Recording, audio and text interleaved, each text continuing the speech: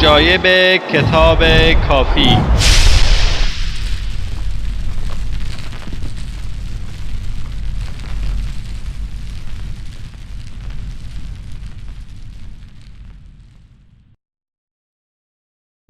ابو جعفر محمد ابن یعقوب ابن اسحاق کلینی که بعدها نزد شیعه به ثقة الاسلام معروف گشت، مشهورترین دانشمند، فقیه و محدث نامی شیعه در سده 4 هجری و صاحب کتاب کافی، یکی از کتب اربعه شیعه است. این کتاب به تصدیق شیخ مفید ارزشمندترین کتاب اسلامی و نفیسترین کتاب شیعه می باشد. کتاب کافی شامل 16199 حدیث است که طی 3 قسم، اصول و فروع و روضه تدوین شده است. در جامعه تشیع از کتاب کافی تمجید و تعریف بسیار می شود و برخی از علمای شیعه این کتاب را به خورشید و سایر کتب احادیث شیعه را به سیاره های آن تشبیه می کنند. از کلینی مؤلف کتاب کافی نیز تعریف مبالغه آمیزی شده است. از جمله پدر علامه مجلسی محمد تقی مجلسی گفته است: حقیقت آن است که در میان علما تا آنجا که ما دیده ایم کسی مانند او نبوده و هر که در اخباری که نقل کرده و در ترتیب کتابش تدبر کند خواهد دانست که او مؤید من عند الله بوده است.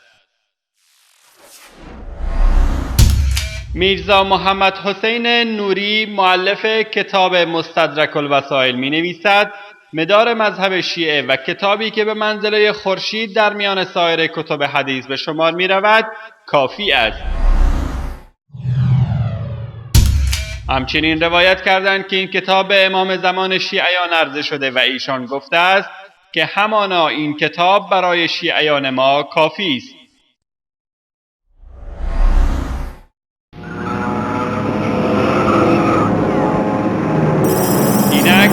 بعضی از عجایب این کتاب را خدمت شما عزیزان ارائه می نماییم. نذكر بعض العجائب التي ذكرناها يعني عن كتاب الكافي. أنه ودنا في المقابل بعد أن يعني أتوا بقضية الشبهة هذه عن البخاري أن نأتي ببعض النماذج التي تجعلنا نرجح البخاري على الكافي. نعم تفضل. نعم هذه مقارنة طيبة. نعم جزاكم الله خيرا.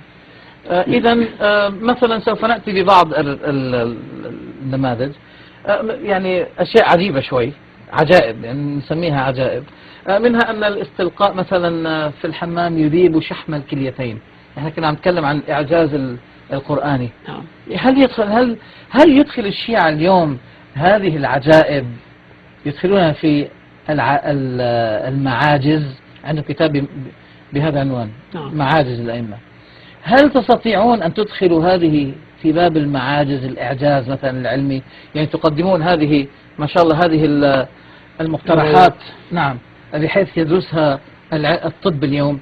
الاستلقاء في الحمام يذيب شحم الكليتين، الكافي المجلد السادس صفحة 500. خلينا نشوف حتى لا يقول قائل أنا نفتري أو كذا. صفحة 500، نفتح صفحة 500. نعم. كان أمير المؤمنين صلوات الله عليه يقول: ألا لا يستلقين أحدكم في الحمام فإنه يذيب شحم الكليتين. نعم. ولا يدلكن رجليه بالخزف فإنه يورث الجذام، البرص يعني. نعم. ما يفرك إجري، ما ضروري ما يفرك إجري، انتبه حتى ما يصاب بالجذام. نعم. شوف البرص. نعم. نعم. نعم. في هذا الكتاب علاج طبي الظاهر، أو ما أدري ماذا يسمى. هذا من العجائب. كذلك لا تغسلوا رؤوسكم من بعد أمرك، حضرتك مصري الأخ. نعم. لا تغسلوا رؤوسكم بطين مصر فإن طينها يورث الديافة. لا حول ولا قوة. عارف الإذن منك. لا. بس سيبنا نعمل يعني هم يقولوها. لا أبدا إطلاقا. أنا والله ما إلي على هم خليني نشوف لعلها موجودة في نفس الصفحة ولا سأبحث عنها إن شاء الله. نبحث عنها. وجدتها. وجدتها. نعم. لا تغسلوا رؤوسكم بطين مصر فإنه يذهب بالغيرة ويورث الديافة. لا حول ولا قوة إلا بالله. هذا نعم. طب النبوي على مفهوم الشيعي. نعم ما بعرف. طيب نطلب. البطيخ على الريق يورث الفالج، نعوذ بالله. هن كاتبين نعم. يرون على أنهم قالوا نعوذ بالله منه. بطيخ على الريق. الكافي المجلد السادس صفحة 363. أنا اختصارا الوقت لن أبحث في الكتب. نعم. لكن من شك فيما أقول يعني هذه الطبعة عندي طباعة دار الأضواء، واللي يستطيع أن يمسك بأي خطأ يراجعني إن شاء الله تعالى. إن شاء الله ضبطت هذه المصادر قبل أن آتي حتى لا أتكلم بغير علم. نعم. وحبل الكذب قصير كما يقولون، إذا وجدتم أني كذبت اتصلوا بي واتهموني. شرب الماء من قيام بالليل يورث الماء الأصفر. طيب الكافي المجلد السادس صفحة 283. الشبع يورث البرص. لا حول ولا قوة إلا بالله. ما يكون عشان هيك النبي دعا على معاوية وأنتم تتمسكون فيها دائما لا أشبع الله بطنه. يمكن النبي لا يريد له أن يصاب بالبرص. نعم. نعم. مجلد السادس صفحة 269. نعم. رمضان اسم من أسماء الله، ما تتعجبوا يا إخوان. نعم. رمضان يعني ممكن واحد يسمي نفسه عبد رمضان، مثل عبد الكريم، عبد السميع، ممكن يسمي نفسه عبد رمضان. ليه؟ لأن رمضان اسم من أسماء الله الحسنى كما في كتاب الكافي المجلد الرابع صفحة 69. نعم. هناك أيضا يعني موضوع آخر بنمر عليه سريعا هيك بسرعة. نعم. فساء ودورات الأئمة كريح المسك، نجوهم كريح المسك. نعم. والأرض تستر عورته، يعني تستر ما يخرج منه. الأرض فورا هي كفيلة، الأرض كفيلة بستر ما يمكن أن يظهر من الإمام، هي الأرض بتستره. نعم. وإن لم يسترها هو، هذا ما قالوا، وإن لم يسترها هو حتى إذا كشف ما مشكلة، لأنه الأرض كفيلة بأن تستر. وهذا حقيقة هذا شيء عجيب جدا. هذا في كتاب الكافي المجلد الأول صفحة 389. نعم. كذلك إذا عطس الإنسان وقال الحمد لله يخرج من منخره الأيسر مش الأيمن. نعم. يخرج من منخره هون هذا اللي هون. نعم. يخرج طائر أصغر من أكبر من الجراد وأصغر من لا أكبر من الجراد، أكبر من الذباب وأصغر من الجراد على ما أذكر الرواية. يبقى يطير يصعد حتى يصل تحت العرش ويستقر تحت العرش ويبقى يستغفر للعاطس إلى يوم القيامة. نعم. هذا شيء عجيب يعني. هذا هو الكتاب الكافي. نعم. بعدين الله يوكل الشياطين بحماية قارئ آية الكرسي. من قرأ آية الكرسي أوكل الله له شيطانين يحميانه من مردة الشياطين.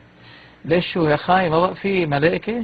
نعم سبحان الله. ما في ملائكة، ما عاد في ملائكة حتى رب العالمين جعل حماية العبد من الشياطين عن طريق الشياطين. يعني لو قال جن مثلا تنحمل، بس بيخلي الشياطين تحمي المؤمن من الشياطين. هل يسمى أمثال هؤلاء شياطين؟ والله أنا ما أدري. طيب الكافي المجلد الثاني صفحة 539. فممكن واحد يقول أعوذ بالشياطين من الشياطين. نعم. لأنه الشياطين عم يحموه، فبيقول أعوذ بالشياطين من الشياطين. كذلك طبعا صحيح أنه حضرة الحيدري يعترض على كتاب البخاري، يقول الكتاب لا يناسب. البخاري ما في عنده يعني كل الرواة عند البخاري بشر. نعم. أما عند الكليني أنت بتعرف. نعم. هل كل الرواة عند الكليني بشر؟ لا، في منهم حيوانات، رواة دخلوا في الأسانيد لكنهم حيوانات، ومنهم عفير. نعم. عفير هو حمار ابن حمور ابن من قبيلة يحمر. نعم. يقول الحمد لله الحمار، وهذا الكتاب الكافي الحمد لله الذي جعلني ذاك الحمار في كتاب الكافي المجلد الأول صفحة 184. طيب. كذلك كنا قد ذكرنا الأرض، هذه أيضا تضاف إلى الاكتشافات العلمية الحديثة. الأرض على حوت، والحوت على الماء، والماء على صخرة، والصخرة على قرن ثور أملس، والثور على الثرى، والثرى لا يدري المعصوم على أي شيء. قال الثرى بس هناك ضل الناس، هناك ضل العلماء. لا تتوقف. المفروض المعصوم ما توقف، يعني لا يخفى عليه شيء. طيب. على كل حال في كتاب الكافي المجلد الثامن صفحة 89. نعم. إذا الأرض على الحوت، والحوت على الماء، والماء على الصخرة، والصخرة على قرن ثور أملس إلى آخره. نعم. هذا شيء لا يمكن أن يعتقد به يعني. نعم. نعم. أكل الحيتان يذيب الجسد، يعني إياك تأكل الحيتان بذوب جسمك. الكافي المجلد السادس صفحة 323. عفوا معلش، إذا سترت القضيب والبيضتين فقد سترت العورة، والأليتان ليستا من العورة. لا حول ولا قوة. نعم.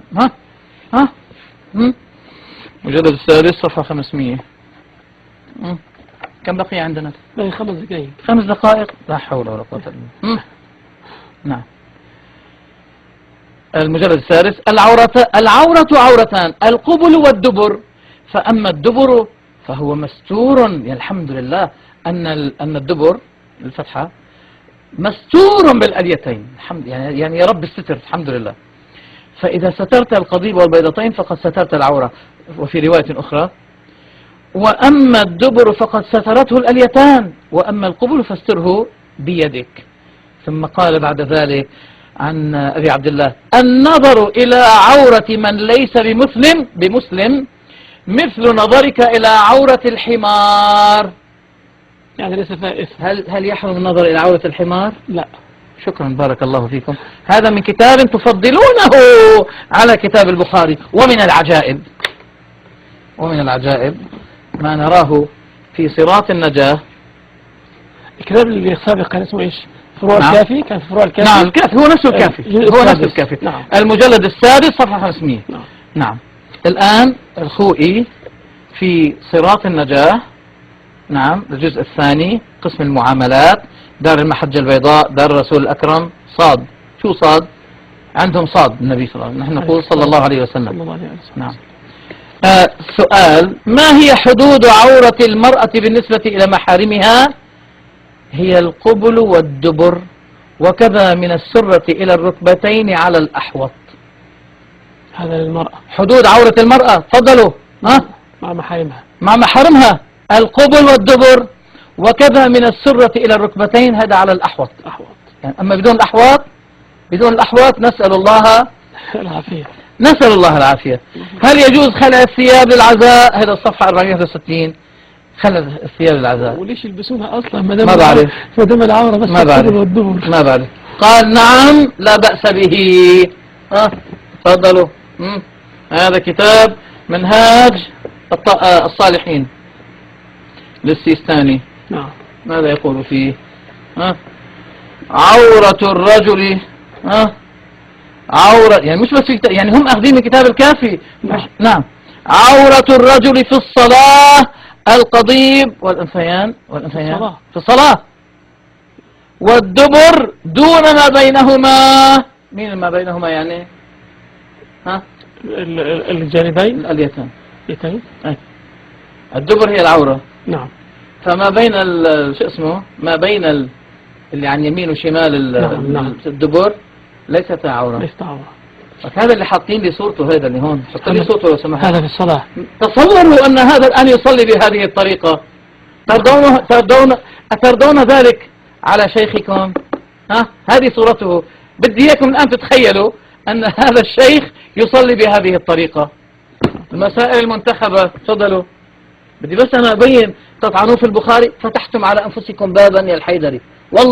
والله لو عملت 10 حلقات سوف أعمل 10 حلقات في كتاب الكافي فقط، لأنك فتحت هذا الباب على نفسك وفتحت.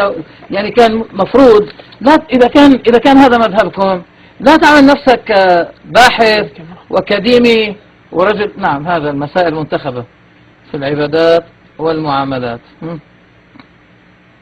دار الصفوة. مسألة رقم 222 صفحة 108. يعتبر في الصلاة ستر العورة، وهي في الرجل القبل والدبر والبيضتان. يا لله، يا للغوث، يا للغوث. شاهدها. وهي في الرجل القبل والدبر والبيضتان. تصوروا 50 واحد دخلوا المسجد الآن، مسجد الرسول الأعظم، وصلوا بهذه الطريقة. هذا هو الكتاب الذي تدعوننا إليه وتفضله على البخاري في الآية. ايتوني بكتاب أهدى من هذا البخاري سبيلا، هل سوف يكون هذا الكتاب؟ هل هذا الكتاب أهدى سبيلا الذي يجعل عورة الرجل القبل والدبر فقط دون اليتين؟ هذا كتاب من عند الله؟ هذا كتاب يمثل مذهب أهل البيت؟ لا والله، أهل البيت براء من ذلك، وبالله التوفيق. صلى الله وسلم. ما هم بأمة أحمد لا والذي فطر السماء، ما هم بأمة خير خلق الله بادئا وانتهاء، ما هم بأمة أحمد لا والذي فطر السماء.